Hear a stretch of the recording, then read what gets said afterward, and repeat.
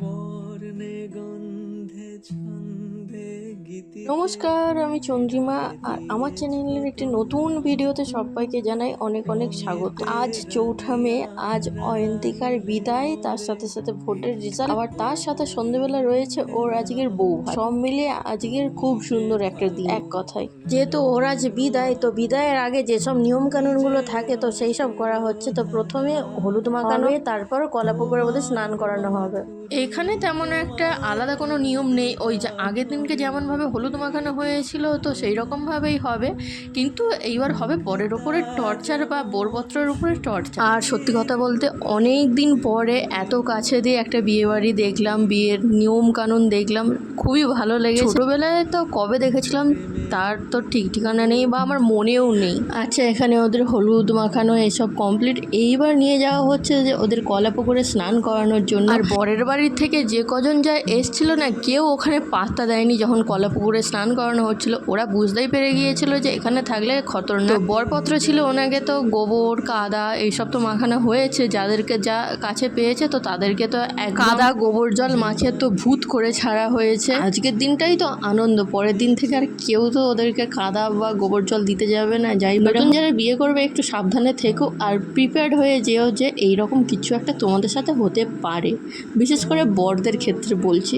মানে গ্রুমদের ক্ষেত্রে। ভেবেছিলাম তো যে বৃষ্টি এসব হবে, কিন্তু ভগবানের কৃপায় বৃষ্টি হয়নি দুদিন, আর বৃষ্টি হলে যে কি হতো তার কোনো ঠিক ঠিকানা নেই। কয়েকদিন তো প্রতিদিন রোজ বৃষ্টি তো হয়েই গিয়েছে এবলা ওবলা ধরে। আচ্ছা, এইবার চলছে ওদের মানে কড়ি খোঁজার গল্প। কড়ি তো ওখানে পুঁতে দেয়, যারা থাকে ওনারা পুঁতে দেয়, তো কড়ি খোঁজা হচ্ছে যে কে কটা বেশি কড়ি খুঁজতে পারে ওখান থেকে, বরপত্র আর ব্রাইড। আচ্ছা, এখন দুপুর 1টা এইরকম বাজে। তো অয়ন্তিকার সাথে আমাদের যাওয়ার কথা ছিল, আমার আর ঋতু, তো ওখানেই গিয়ে দেখলাম তো সবাই ওকে ঘিরে ধরে আছে আর বেচারা খুব কান্নাকাটি করছে। আর ওকে দেখে এমন একটা মানুষ নেই যে ওখানে কাঁদে, লিটারেলি আমাদের চোখেও জল চলে এসছে যখন বলে যে আমি সব ঋণ শোধ করে দিলাম, এর থেকে কষ্টের মনে হয় আর কিচ্ছু নেই পৃথিবীতে। মায়ের কাছে যখন বলা হয়, প্রত্যেকটা মেয়ের জীবনেই এই দিনটা আসে, কারোর আগে কারোর পরে এইরকম হতে থাকে, কিন্তু নিয়মটা তো সবসময় একই থাকে, তাই না?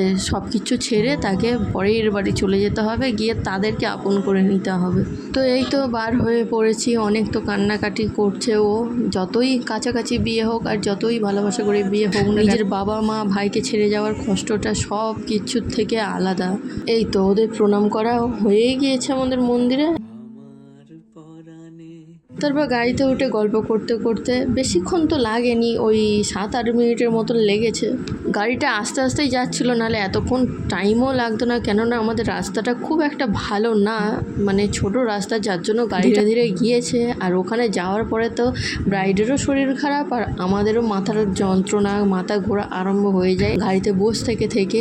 জোরে গাড়ি চললে তখন অতটা কিছু মনে হয় না, কিন্তু আস্তে চলেছে তো যার জন্য কষ্টটা বেশি হয়েছে। এই তো আমরা চলে এসেছি, আসার পরে বধূবরণ হলো, তারপর তো ওকে তো কোলে করে চাকিয়ে নিয়ে ওদের বাড়ির লোক চলে গিয়েছে। এইবার ভাঙা হচ্ছে দুধের হাঁড়ি, তো এখানে দুধ ফোটানো রয়েছে, এবার কে ভাঙে সেটাই দেখা যাবে। এবার ওখানে যাওয়ার পরে দুধের হাঁড়ি ভাঙার সময় তো ওখানে ওনারা বলছে যে, একজন বলছে তুই মার আর একজন বলছে যে তুই ওখানে মার। তো ওখানে তো ওরা কনফিউশন হয়ে গিয়েছিল যে আগে ঢিলটা ফেঁকবে, তো রাজ প্রথম ঢিলটা ফেঁকে তারপরে আমাদের অয়ন্তিকা ঢিলটা ফেঁকে। তো যাই পারক, এখানে তো বরণ ওইসব হবে। এইখানে রয়েছে আরও প্রচুর নিয়মকানুন, নিয়মের কোনো শেষ নেই। এমনিতে বেচারার শরীর খারাপ, তার ওপরে ওকে ঠেলাঠেলি করছিল, বলছিলাম যে ঠেলো না, ওর প্রচণ্ড শরীর খারাপ। এবার এখানে হচ্ছে বরণ হয়ে যাওয়ার পরে ধান খেলা, তো ধান ভরতে হবে আবার ঢালতে হবে। বরকে, বরপত্রকে বা কনেকে 3বার করে ধান এইরকম তুলতে হবে আর 3বার করে ঢালতে হবে। আচ্ছা, ওখানে তো ধান খেলা হয়ে গিয়েছে, কিন্তু যেই ধানটা খেলা হয়েছে ওই ধানটাই বরকে, মানে বরের কাছে যে জাঁতিটা থাকে ওটা দিয়ে ফেলে ফেলে ঘরে প্রবেশ করতে হয়। তো সেই ক্লিপসটা নেওয়া হয়নি তখন। এই তো ওরা ঘরে ঢুকে গিয়েছে, এবার খেলা হচ্ছে কড়ি। কড়িটা খেলা হয়ে গেলে আবার বরপত্রকে দিলে বরপত্র লুকাবে, আবার কোণে গিয়ে আবার এটাকে খুঁজে নিয়ে আসে। হাজার একটা নিয়ম কানুন। ওখানে সব কিছু হয়ে যাওয়ার পরে আমরা চলে এসেছিলাম বাড়িতে, তো কিছুক্ষণ রেস্ট ওইসব নিয়ে সন্ধ্যেবেলা সাজুগুজু করে আমরা সব কজনে রেডি হয়ে গিয়েছি। সবগুলোকে দেখো অপ্সরা লাগছে এক কথায়। তো রেডি সেডি হয়ে কিছুক্ষণ ফটো ভিডিও করে নিয়ে এখন থেকে তো ফটো তোলা শুরু হয়ে গিয়েছে। করতে করতে চলে এসেছিলাম অয়ন্তিকার শ্বশুর বাড়িতে বা কন্যা যাত্রীতে। এসে দেখলাম যে অয়ন্তিকার মাথায় কোনো ফুল নেই, কেননা আজ ছিল ভোটের রেজাল্ট, যার জন্য আমাদের এখানে প্রায় অর্ধেক দোকান বন্ধ, যার জন্য ফুল দোকানও বন্ধ ছিল। তো ফুল আর পাওয়া যায়নি। একটা স্পষ্ট ধারণা হয়ে গেল যে আগেকার লোকেদের এখনো সেই রীতি রেওয়াজটা আছে। বউ ভাতের দিনকে ফুলের পাটাশি, ফুলের মালা, ফুলের হাতের ওটা কি বলে জানি না, ওটা পরে বসতে হবে, না হলে নাকি ফাঁকা ফাঁকা লাগছে। আসলে ওনারা তো বোঝে না, যার জন্য ওনারা বলছিল ওই রকম, কিন্তু আজকালকার দিনে ওই রকম আর খুব একটা সবাই সাজে না। লাস্ট পর্যন্ত কি করব, ওই রজনীগন্ধার যা চেন ছিল ওই নিয়েই এক সাইডে দিলাম, যাতে একটা ভরা ভরা লাগে ফটোতে। তো এখানে ওড়না বা ফুলটা সেট করে দিলাম, আর তারপরে তো আমাদের ওখান থেকে প্রায় সবাই চলে এসেছিলো।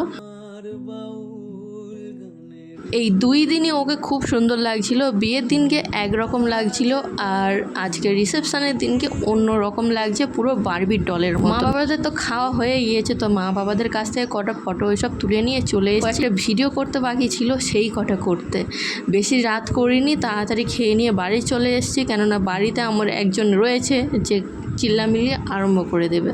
আর আমরা যখন না প্যান্ডেলে খেতে বসছিলাম, তো ওদিকে একটা লাইট দেওয়া হয়েছে, পেছনে আর একটা লাইট দেওয়া হয়েছে, কিন্তু উল্টো সাইড থেকে আমাদের ফটোগুলো নাকি খুব সুন্দর আসছে বা ভিডিও, যার জন্য ক্যামেরাম্যান আমার হাত থেকে ফোনটা নিয়ে আমাদের কয়েকটা ফটো করে তুলে দেয় বা ভিডিও করে দেয়। বেশি কিছু বলবো না, এখন আমরা খেতে বসছি। তো বসার সাথে সাথে চলে এলো ভাত, ঝুড়ি আলু ভাজা আর ডাল।